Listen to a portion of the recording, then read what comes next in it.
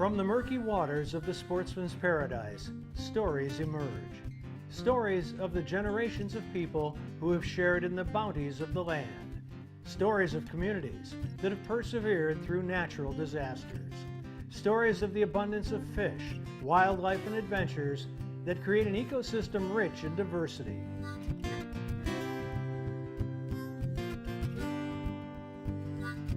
And from the silted banks of the mighty Mississippi to the soggy marsh bottoms, from the tops of towering pine forests to the depths of the salty Gulf, human and animal have shared this fortune for centuries.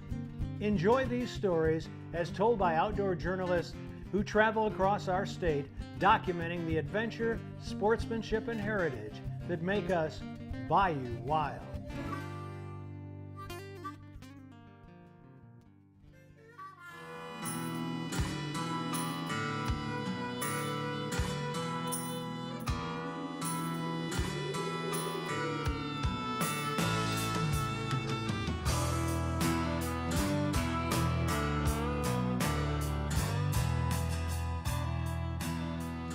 Picture a setting that caters to any outdoor passion, an area where wildlife roam through pristine hardwoods.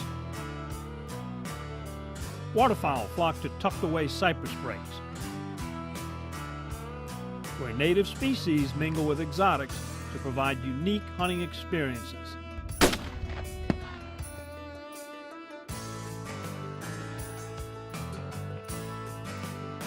Lavish accommodations blend food and culture into a Cajun paradise. Here we explore these adventures at this premier South Louisiana hunting destination. Adventures that excite an everyday hunter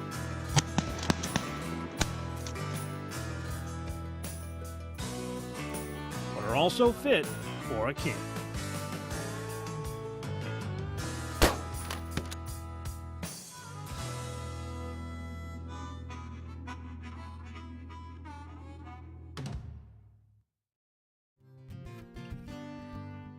Closed captioning made possible by Ceto.com. Become a member. I've been using Louisiana fish fry products so much, even the kids are getting into it. Flannel bag, pour and boil, a great crawfish every time. And whether you're boiling crawfish, shrimp, or crabs, Louisiana fish fry products use the perfect blend of garlic, onion, spices, and salt for your seafood boils. So look for the bright yellow bag and pour and boil with Louisiana fish fry products.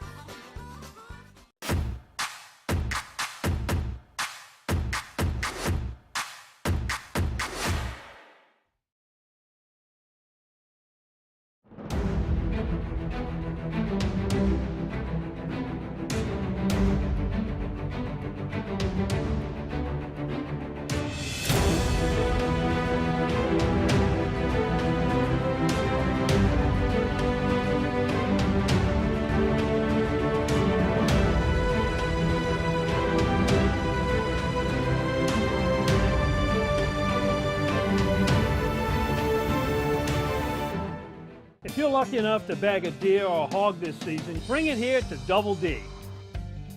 Double D processes hogs and exotic game and guarantees your product is always the meat you brought to Double D.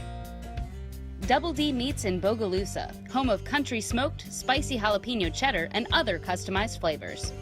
Bring your deer or your hog here to Double D, where you always get your meat back in return. It's worth a drive to Bogalusa from anywhere. Double D.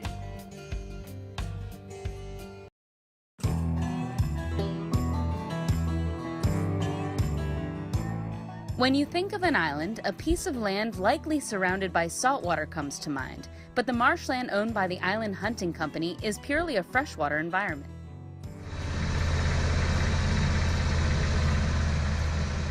It's a fresh marsh. Right now it's a floating marsh because we have too much water in here.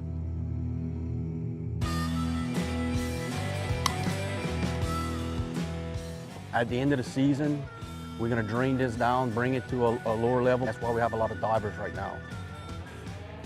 This serene swampland is home to a wide variety of water birds, including ibis, coots, hawks, and especially ducks, both puddle and divers. We have canvasbacks, ringnecks, dogrees, spoonbills, mallards, wood ducks, teal, you name it, we have it out here. We have a very diverse group of birds that stay out here.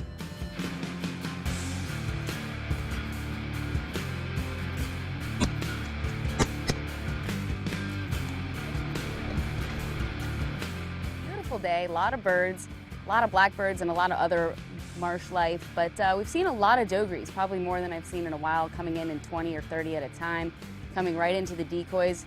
This is the first hunt this season we haven't really had to do much calling. They haven't had a lot of pressure on them out here, which has been great for us because they've been getting close, whereas many of our hunts, they come just out of range. So it's been giving me a good little experience to shoot my new gun and put some smoke in the barrel and bring home some ducks. Right here, right here. Get him, get him.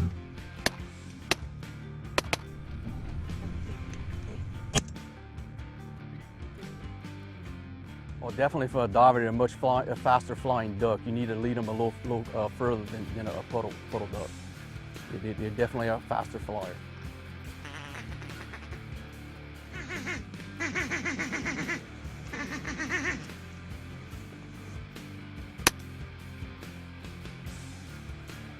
My grandpa taught me how to do a little, and I'm getting choked up on it because, you know, when I'm out here, I think about them. But he showed me this little call that, you know, and that's what a dogre does, and it seems to have been working the last couple of weeks. It goes like this. Whether you hunt divers or puddle ducks, duck hunting provides a casual atmosphere that builds camaraderie as everyone gets to shoot. And unlike a big game hunt, a swing and a miss allows for just enough ribbing before the next opportunity. You know, it gives them a little confidence to come in here. You know, they like to speak to each other when they're on the water just resting, so I use it, and it seems to be doing really well. I started duck hunting with borrowed 20 gauges, and being a petite person, a lot of times I struggle with the length of guns or maybe the weight. And I've shot 20 gauges, old school pump actions, finally got one of my own. I did opt for a 12 gauge so I can kill other things like turkeys and geese with it, but the one I did get this year for Christmas is actually a short stock, short barrel, 26-inch barrels, and it's actually pretty light. It doesn't look like it, but it makes it a lot more manageable and easy to get to my shoulder versus using a borrowed gun that might be a bit heavier. And again, the 12 gauge gives me a little bit more power to it, so I'm very much enjoying having my own gun fit for me.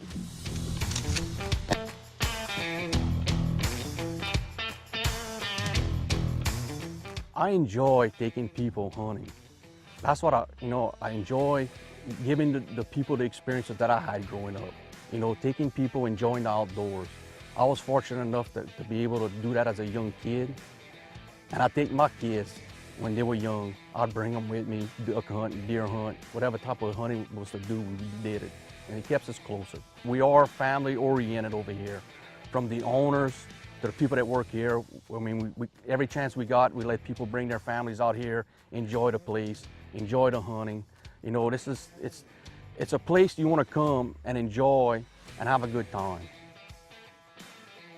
Whether you're new to the sport or a seasoned shooter, duck hunting provides fun and memories that last a lifetime. You just gotta, you know, sit and watch and ask questions and see what you need to do, what you might be doing wrong, what you might be doing different than what everybody else is doing. You know, don't be afraid to ask that question. You know, somebody might be doing something a little different that might work for you.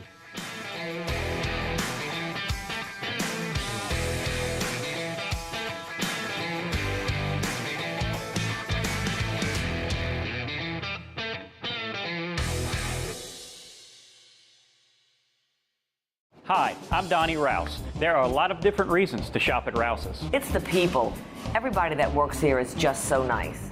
Our stores get deliveries 7 days a week. They have such a wide variety at Rouse's. Everything's in stock. I mean, everything. We use Rouse family recipes and ingredients found right here in the store. It's the food. Rouse's food tastes like homemade. And they're local. Like us. We also have great prices. That's the difference Rouse's makes. What surprised me maybe was that you do have to let them get a little bit closer than you think you do. They're bigger birds, so they take more to knock down. I think one that I shot 3 times, and he tried to get into the tree, and it took 4 shots really to knock them down. So the smaller the gun, the harder it's going to be to get them. Shooting too early is the biggest problem that I've seen. You got to wait till the bird gets in range. A lot of people get excited, birds coming to them, the excitement of the hunt, birds flying all over, and just getting too excited and shooting before it's in range. I got Elsie, my dog, and we both learned how to hunt together on pheasant and on chukar. I've never done anything like this before. I'd have to say it's a lot harder than traditional upland hunting for pheasants. I think so, at least. Shooting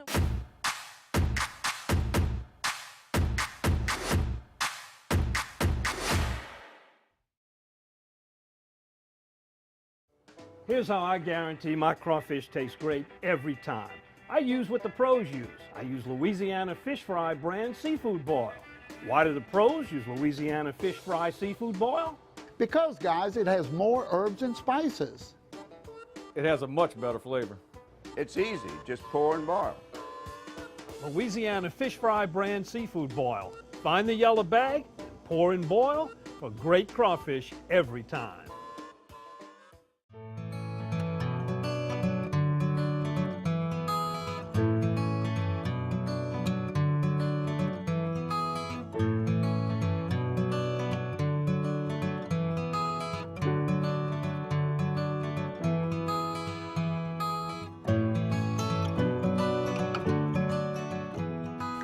Find out if alternative treatment is the answer to your pet's health issues. Contact Dr. G at vetnaturally.com.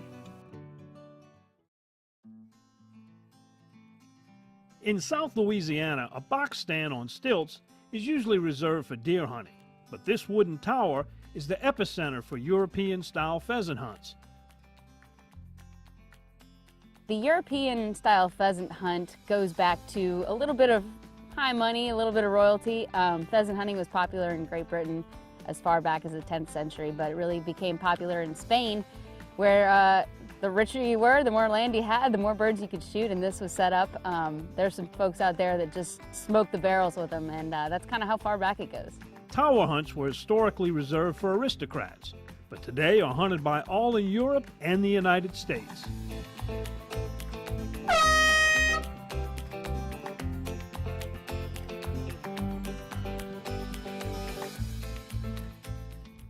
The birds are just flying. They're just looking to get out of here and fly out of here. So it's not like a duck hunt where you got to be quiet, or a deer hunt you need to be still. This is, you could have fun, bring a group out here, have a good time, and just pass a good hunt. Each hunter gets a post, placed at even spaces around the edge of a large open field. Birds are released at random intervals and can fly in whichever direction they choose, and contrary to some beliefs, can make for a challenging hunt.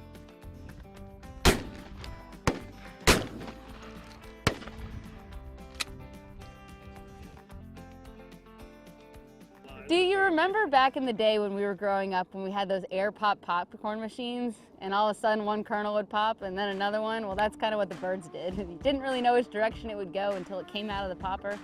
That's probably my best analogy. Come here, baby.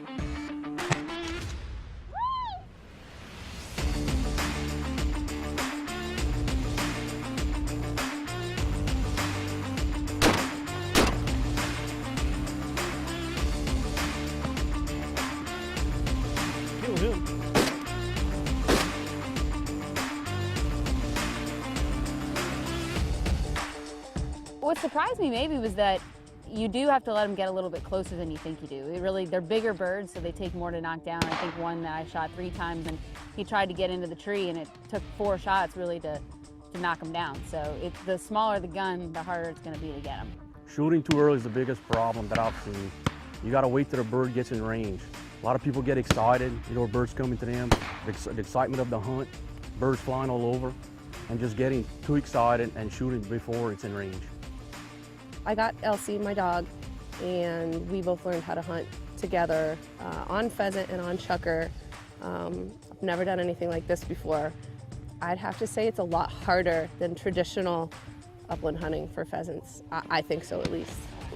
Shooting them when they're like this is way different than what I'm used to, which is like this.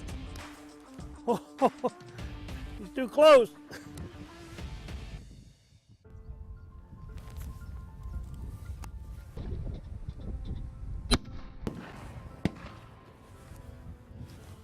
The biggest part of setting this hunt is logistics. You got to get the people from the lodge to the field, and then get the people from the field to around the bales.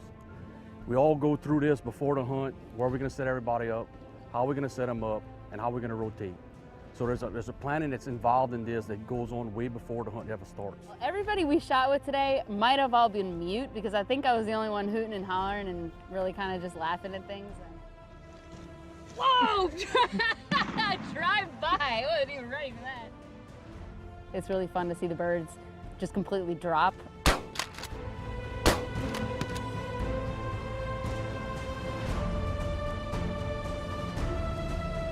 I think a lot of people that think it's shooting fish in a barrel or think it's too easy probably have never done it before, and they just think it's untraditional, so it's not as good. But we're not in negative 14 degrees. We don't have to trek through a field, and it's fun. So how can you knock that? You don't have to go to South Dakota, North Dakota. You could come down to South Louisiana, right here in Sportsman's Paradise, and have a good pheasant hunt.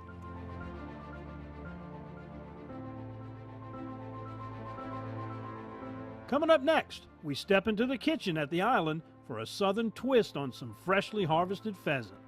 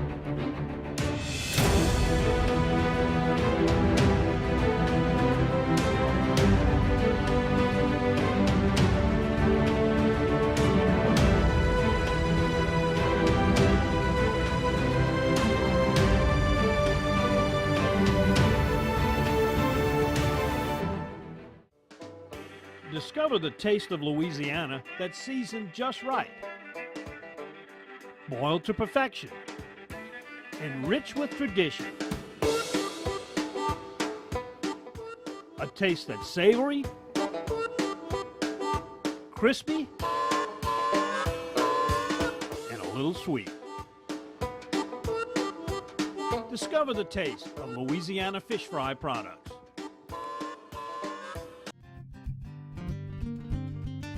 Welcome back. We're at the Island Hunting Company in Paradis. I'm here with John Chauvin. We just went on a tower pheasant hunt, which was awfully exciting. But, you know, for folks like myself, I've never cooked pheasant. So we're going to learn a great way how to cook it. What are we making today? We're actually going to have a pheasant that's going to be cooked down with a mushroom sauce.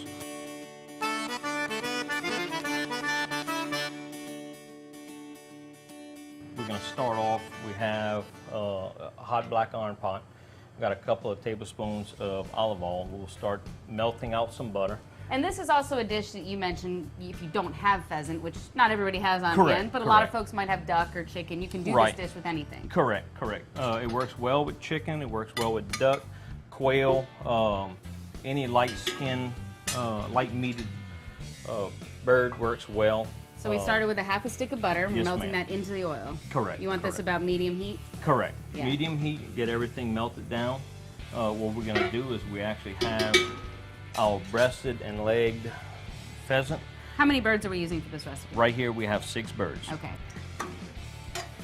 And it's important you probably don't want to overcook this meat because I'm sure it gets tough pretty easily. You really don't want to go more than about 1 minute to 2 minutes per side. You just want to get a little brown on it. It is very, very soft and tender meat. You don't want to put too much in at a time as well because it'll start sweating each other and not actually. And is it okay? It looks like it's okay if you have a bit of fat on it. I mean, you want to take the skin off, but it's okay to have a little bit. This is skinless, but with a little fat, it's just going to melt right in. It's give it a little more flavor. Correct. All right, so our pheasant is cooked, and now we've got to make the sauce for it. So let me know what we're doing here. Okay, so we have all the pheasant out. You can see everything is all nice and brown. Looks like chicken breast. Pretty much, look just like chicken breast. We're gonna put the other half a stick of butter in. We're gonna let that melt out a little bit. Does any good recipe not have butter in it? I mean, you know, butter is kind of like bacon. It's pretty much one of the goes good with staples. everything. Exactly. Yes, absolutely.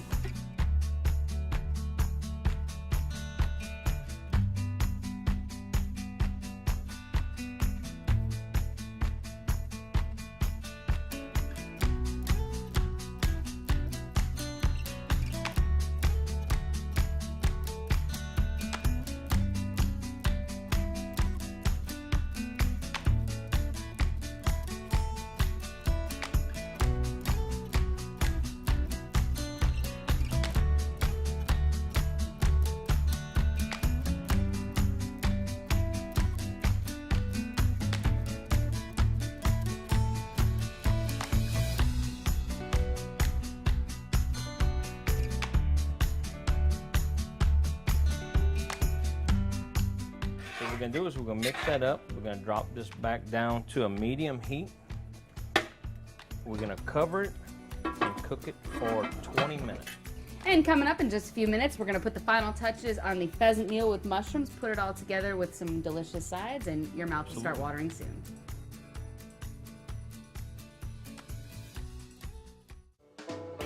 Discover the taste of Louisiana that's seasoned just right. Boiled to perfection. And rich with tradition. A taste that's savory, crispy, and a little sweet. Discover the taste of Louisiana fish fry products. Hi, I'm Donnie Rouse. There are a lot of different reasons to shop at Rouse's. It's the people. Everybody that works here is just so nice. Our stores get deliveries 7 days a week. They have such a wide variety at Rouse's. Everything's in stock. I mean, everything. We use Rouse family recipes and ingredients found right here in the store. It's the food. Rouse's food tastes like homemade. And they're local. Like us. We also have great prices. That's the difference Rouse's makes.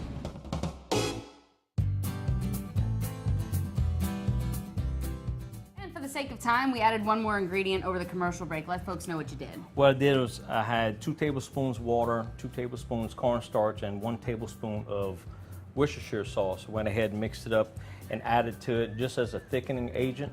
Right now what we're going to do is we're going to add our green onion tops. Thank you, ma'am. Which is about 1/3 cup. And we're just going to, I have a little of the Creole seasoning. We're just going to season it to taste. You stir those in? Yes, ma'am. Let's stir all of that right up. Man, it's a pretty dish. And tell folks what the sides are that you made for this.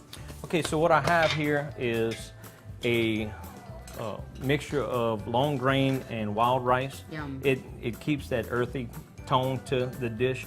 And I have some corn makshu. Okay. That's going to go as a side dish. So Plate what I that up. normally do is I plate it up. So you put the bird on top of the rice? Correct. I'll put my rice down first. We'll get a little bit of the bird in the mixture. Put right Once on again, we're top. still waiting for smell-o-vision to come out because you guys can't smell what I smell, but it smells fantastic. One day they might come out with it. And a little bit of the corn makshu right up on the side.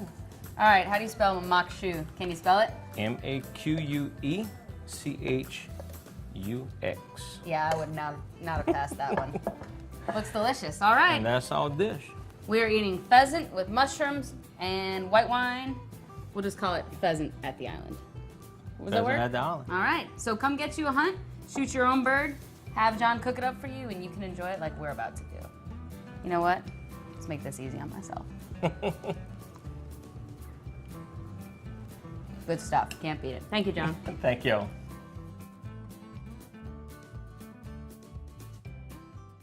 In 1967, Dutch Stogner realized his dream to run his own meat market. 50 years and 3 generations later, Double D and the Stogner family still operate with Dutch's original commitment to quality. Pick up some Double D sausage today and share your good times with us on Facebook.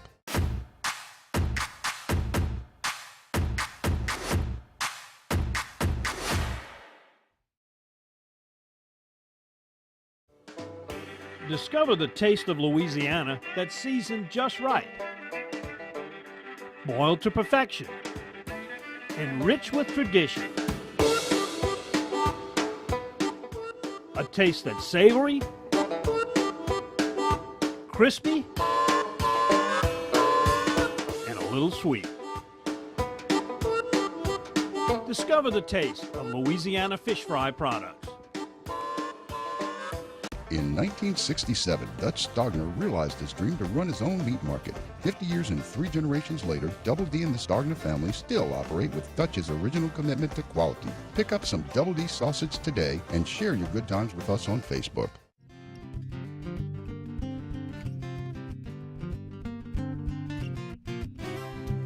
Well, today we were hunting chukars here at the island, and there's so many things to do out here, you can't get it all into one show. No, you definitely have to come back for more, and we definitely will do that. Come on, Smokey, flush him out of here.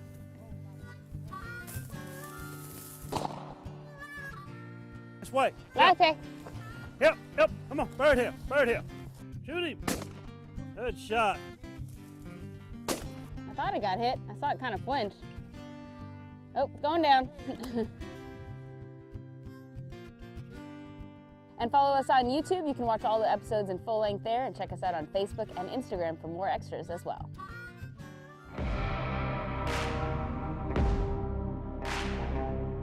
What drives your outdoor passion? Is it the excitement of a great hunt?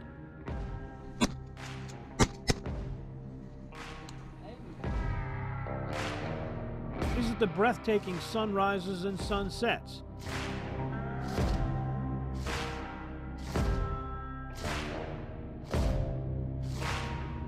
Is it enjoying the bounties of the land?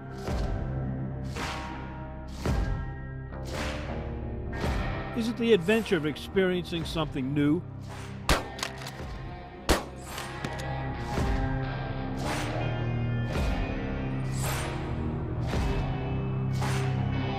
Or perhaps the tranquility of a cool winter morning?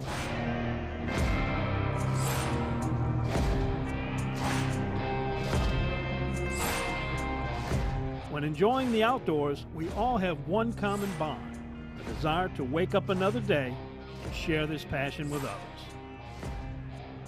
A desire to continue the adventure, sportsmanship, and heritage that has been passed down for generations.